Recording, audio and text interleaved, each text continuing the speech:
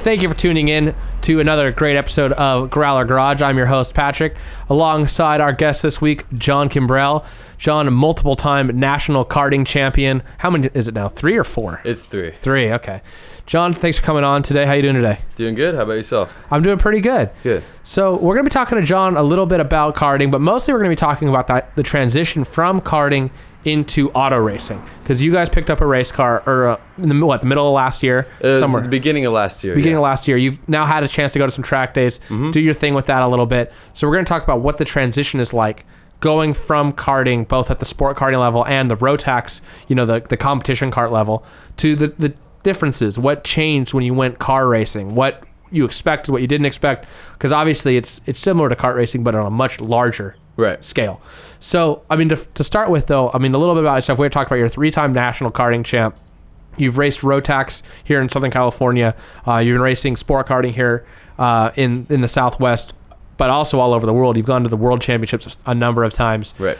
But karting, if I'm not mistaken, started as really just a way for you to hang out with your dad and your brother, right? Right. So I think I was about 10 years old, and I would visit my dad on the weekends, and we were looking for stuff to do, and we really couldn't find anything that we liked. We would go hiking, and that got kind of old, and my dad had a friend from work who found this place called Droma One, which is an indoor karting track, or was an indoor karting track. Yeah. And we just started going there on the weekends, and we just found it was a good bonding time, and we continued to do so for a few years. We eventually found out that they had a series where the better drivers would go and race. And I think it was my 12th birthday where I did my first Grand Prix. And from there on out, it's just been nonstop. Yeah, so it's been the better part of, 14, 15 years now? Almost 15 years. And I know your dad was a racer. I know his dad was a racer. Right. Raced over at Orange Show Speedway and some of the short tracks here. And my grandpa was raced in El Cajon. Okay. So he was doing super stocks back in the 60s, where he was driver of the decade, actually. Wow. Yeah, he had 2 championships and driver of the decade at El Cajon. So he's a pretty reputable driver. Yeah, and obviously El Cajon is where Jimmy Johnson came from, and that's been something of a hotbed for drivers. Obviously, it's gone now, but so obviously racing runs in your family, and karting. It started as a way for you guys to kind of hang out, but it's kind of still that way, right? Like, it doesn't seem like it's ever really been a thing where you're like, you're trying to make a living via karting. Like, maybe it's a stepping stone towards something else, but and correct me if I'm wrong, but that just seems definitely. Yeah, I think ultimately it's family time. So it's a good time for my dad and my stepbrother to go out and have fun and hang out. Yeah. Even the people I've met at the track, it's the same thing. I like going to hang out with everybody at the track. You know what I mean? It's not just about the racing. Sure, exactly. And at that level, that's really all it can be. You know? So fast forward to a year ago, you guys went and picked up a road race car, a Mazda, right? Right. From the Midwest, right? You guys got on a trailer and drove all the way out there and towed it back because it was a race-winning car. It was a car that had a reputation. It had a pedigree, if you will. And so you've had some track days with it. Tell us a little about, like, maybe even aside from the driving aspect of it. Obviously, in the Rotax, the preparation of your equipment is key. Right. Everything's got to be ready to go when you get on track, 'cause one little thing creates a big problem if it fails. Tell us about kind of the preparation of the car. Well, I guess let's start with, tell us a little bit about the car and then kind of move into what the day-to-day, week-to-week, race-to-race preparation of that car is compared to a kart. So I think compared to a kart, it gets a lot more intricate because there's so many more things you could do. For us, we're still struggling to figure all that out. Sure. Just because it's so much different. Yeah. And even the karting, people don't really realize how much goes into tuning those things. There really is a lot. So I don't even think we really mastered the karting as far as tuning goes. Sure. So the car has been a little bit of a struggle, but slowly we're understanding a little bit more. And there's even a certain point of diminishing returns in a kart, because there's certain things you can do in a kart that don't translate to a car. Right. Things like the seat strut. Right. That makes a huge difference in a kart on how it handles, but you can't loosen a seat strut on a car. In a car, right. Like, it doesn't work that way. And flex is not really that. You're trying to eliminate flex in a car. Right. In a kart, you got to, it's a tuning tool. So it's things like the axle stiffness and getting the axle height right. Like everybody thinks everything has to be as low as it can be all the time, and that's not really true, right. especially in a kart. So it teaches you some fundamentals, but the car, it's really not that way, right? No, not at all. So, I mean, I remember when I was racing cars, the preparation of not necessarily the tuning setup is one thing, but just making sure everything's ready to go was almost a full-time job. And I know you guys race it, you don't race it every weekend. You race every so often, whatever. But after every race, I mean, there's a pretty extensive amount of just, I mean, reliability work that you have to do on it just to make sure that nothing goes wrong or that you can stretch it out as long as possible with that car, right? Yeah, oh, definitely. So, it's never ending. Right. So, I mean, tell us a little bit about, like, with a kart, you could almost rebuild a kart top to bottom in a few hours. If you've done it a few times, you could rebuild it in probably 4 or 5 hours. Somebody good could probably do it in an hour. Right. Who really is doing knows it. But what they're doing. A car, obviously, you can't do that. No. So, I mean, like, do you guys, when you come back from the track, is it one of those things where it immediately, like, goes up on jack stands and you change the motor oil every time and, like, the transfluid, or, like, is it just more of a matter of it's a Mazda that's relatively, still in street form?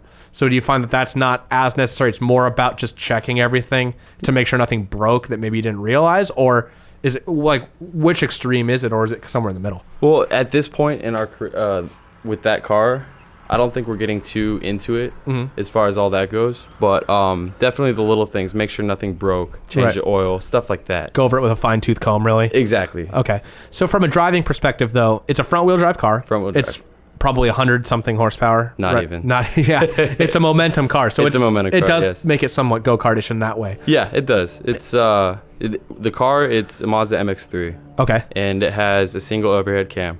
Yeah. A little 4-cylinder. Yeah, like a 1.6 or something liter? 1.6 liter. So it doesn't really have power. But sure. On a track, it's if you keep the momentum up, it's just as quick as some of the other cars out there. Yeah, I mean, it's one of those cars that you don't really have to slow down very much. No, not at all.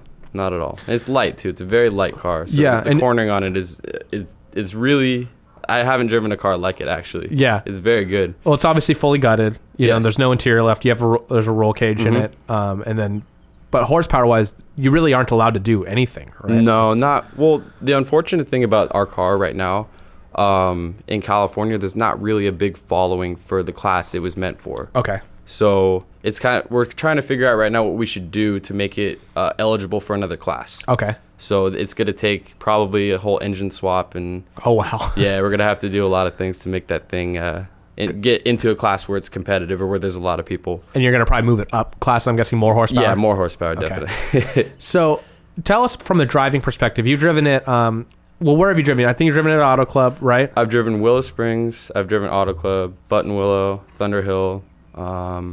So you've driven it fairly good number of places now.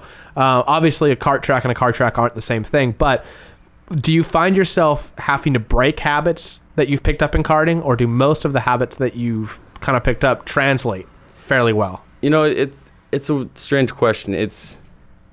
It relates, but it doesn't. I think having the karting experience beforehand helps a lot. Yeah. Because in a car, you have a little bit more time to think when you're cornering. Karting happens so quick. Okay, yeah. Whereas in a car, when you're going through a corner, like a big sweeping corner, you have time to think and adjust. Okay. So it's more about developing that kind of inherent just feeling. Exactly. Of just knowing what's going to be happening next and just that raw sensation. Exactly. Okay. So we'll get back to talking more with John about the car, but I do want to take a quick break to talk about the beer that we're drinking this week. We've been really bad lately, Matt, about not talking about beer on the last several episodes. I don't think we've done it once this season. We should just be called Garage. Yeah, at this point, yeah. We'll just change the name of the show to Garage. Garage. Do you think anybody's trademarked that? Probably Garage. Probably.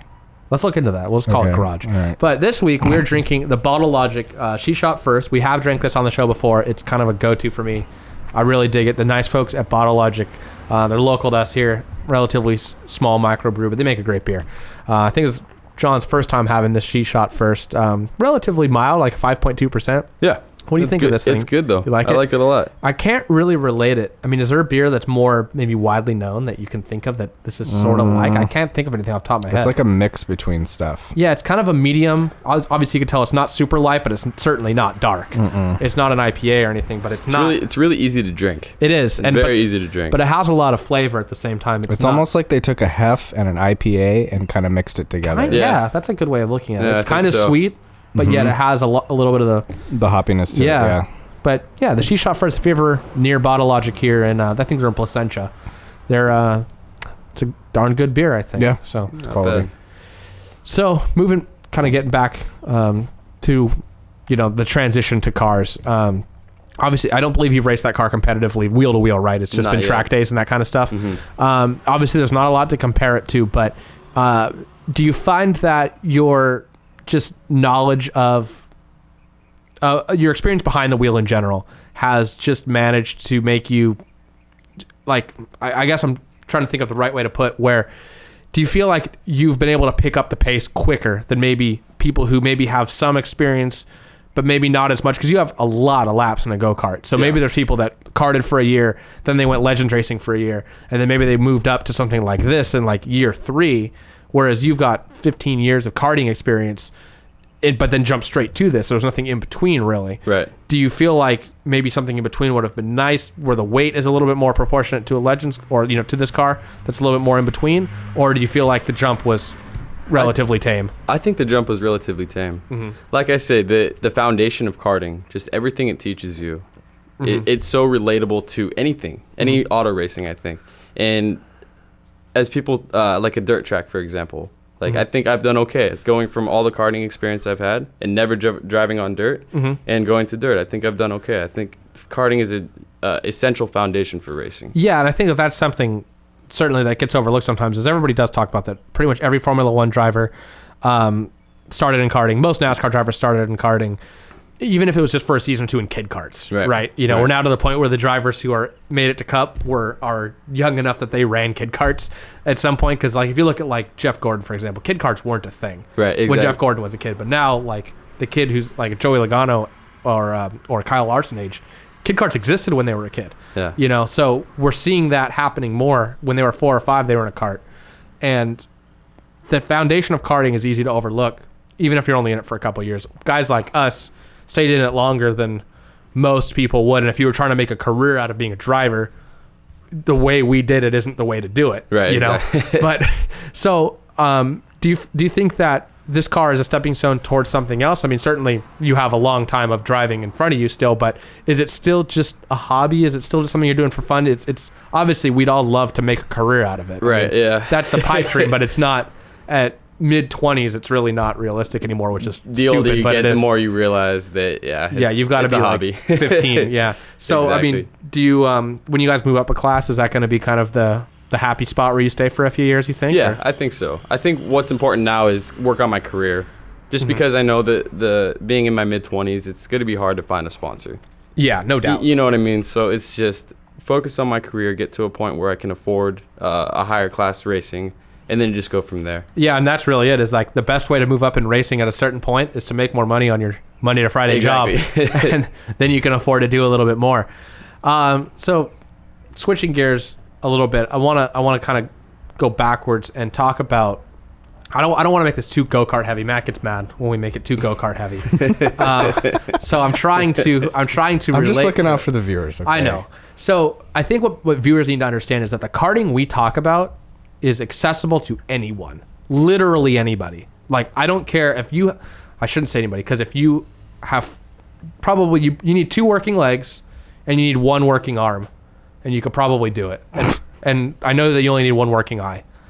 So, and that's really it. Like if you can do that and you're under 300 pounds, probably 260 really, you can go karting, and what we do is relatively easy to do. And John is a great example of what you can do in that, because there's a national championship here in Southern California every year. People come from around the country to go to it. And there's a world championship, which I've went to a long time ago in Phoenix, but now it's gone to Europe. Yeah. And you've gone to it in Europe a couple of times, and literally it's if you come out racing to your local track as just a normal dude or girl, and get decent at it, you can go to that world championship. Yeah, certainly. You got to spend a little bit of money to get there, but you can go racing against literally the world's best people. There was a guy from England who raced in the Race of Champions this past year. The race with Sebastian Vettel, and I don't remember who else was there, but like they have all these top level drivers, and he took it to him. He beat Sebastian Vettel in the same car on the same track, head to head. And that's a dude. He's from our clique of drivers. Yeah, he's somebody that you raced against a couple years ago, and you beat him. At that, IKWC back when it was in Phoenix for the last time. Right. That's the kind of thing that can happen through this. I mean, certainly he's somebody who's done a lot of stuff on the side and gotten himself to that level. But you could race with all kinds of people with interesting stories. Yeah, no, so you certainly can. And those races are really something else, too.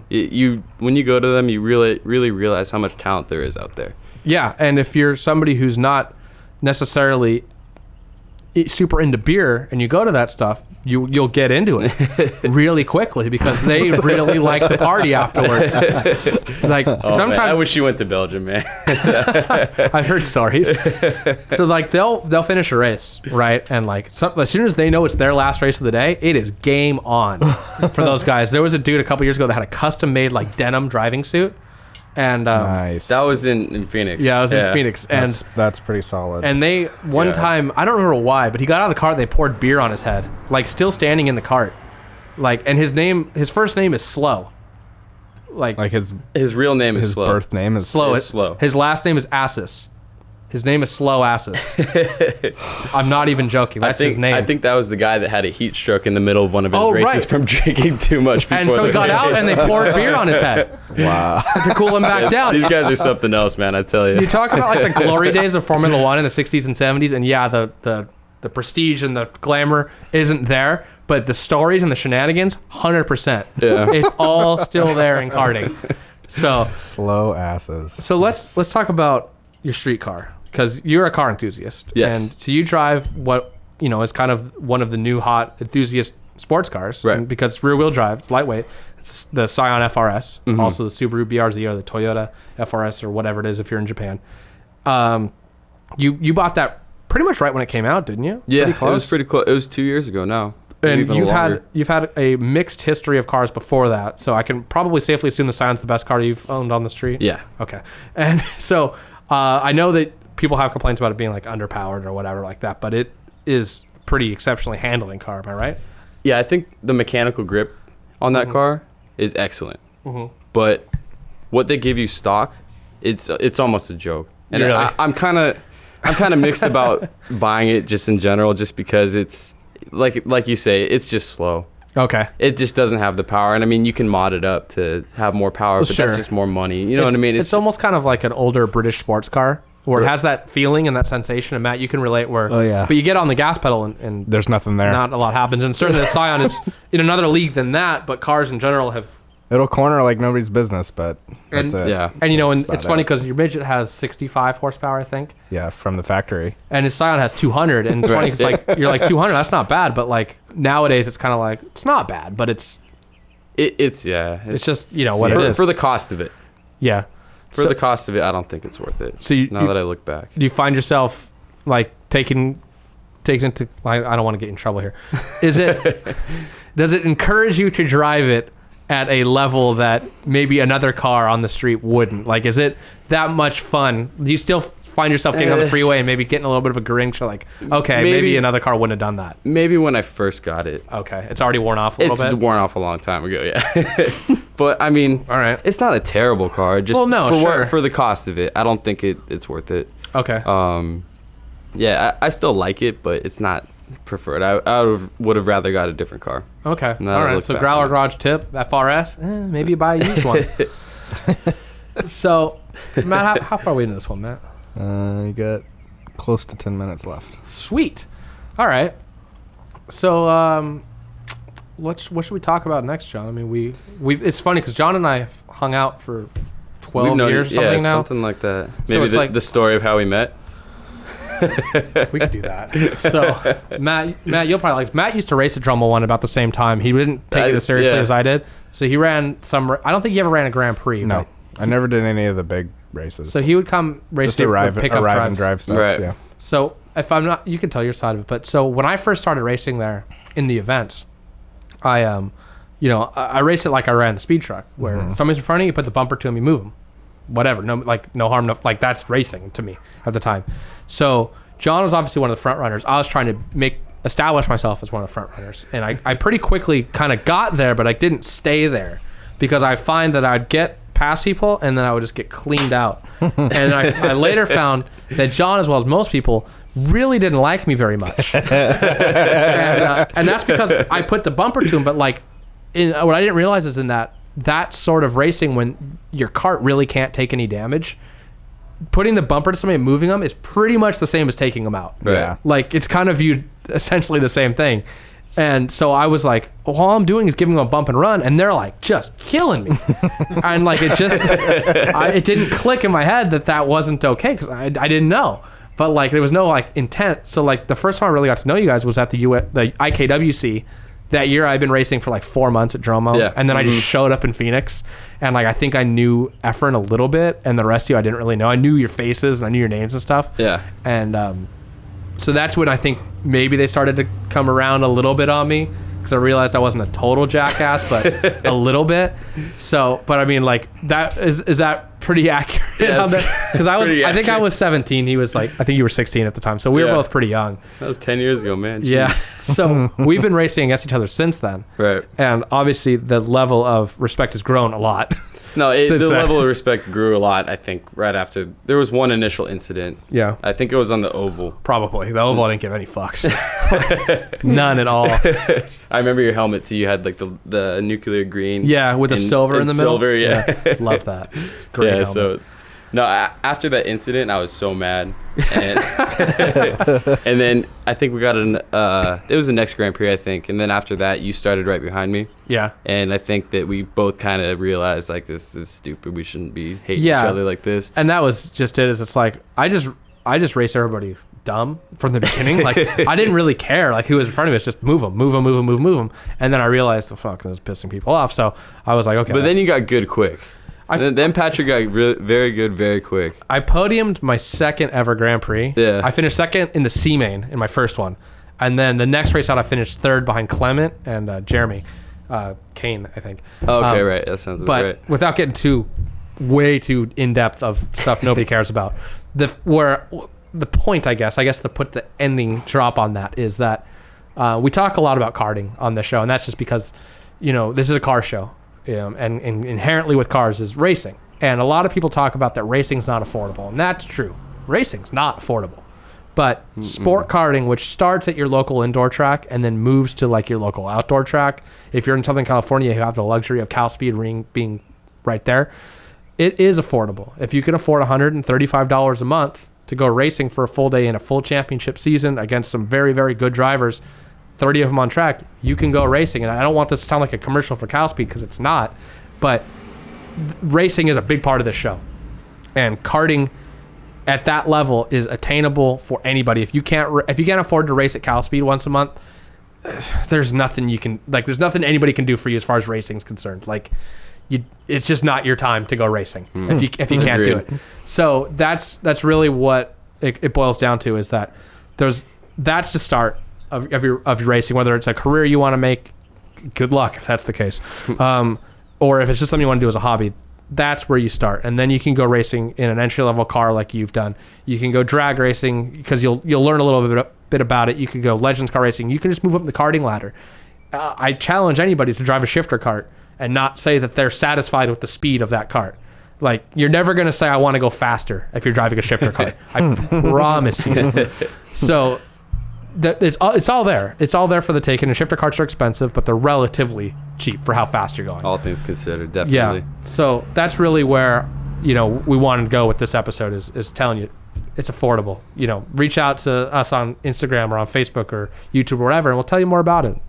John is somebody that is always willing to help out the newcomers. So, John, I want to thank you for coming on this week. We'll definitely, there's so much more that we can talk about. We'll have you back on again at some point. But, give us your thoughts on karting, on racing, in general. Like, if you've done some sport karting or some indoor karting, or if you've raced whatever, let us know what you're racing down in the comments. I'd love to hear more about what our fans are racing or what they're watching or what they're participating in any kind of way. Tell us about it. I want to hear you from you guys. We'll talk to you. We're going to eventually, hopefully in the next couple episodes, we're going to start doing some call-ins on these shows or some emails and that kind of stuff. I want to start talking to you guys about what you're racing out there. I want to talk to you just like I talked to John about his racing. Just shoot the shit for a little while. Give you a few minutes on air with us, and we'll talk about it. So thanks for tuning in to Growler Garage. Certainly check out, I can't speak. Try that again. Certainly check out growlergarage.net for everything you need to know. It's all there. Instagram, Facebook, YouTube. That's going to be the places to find us. iTunes, of course, Stitcher. If you just want to listen to the audio-only versions of it, hit the subscribe button on YouTube. Leave us a comment with your thoughts, and we will see you guys next week for another episode. If we don't get can YouTube cancel episodes? I don't think they cancel series, right? Yeah, I mean, they won't pick us up for a third season, right? Yeah, they might. We'll have to negotiate with them. All right. So we still have a lot more episodes to go here in season 2, and we'll be back with you guys next week. Thanks for tuning in.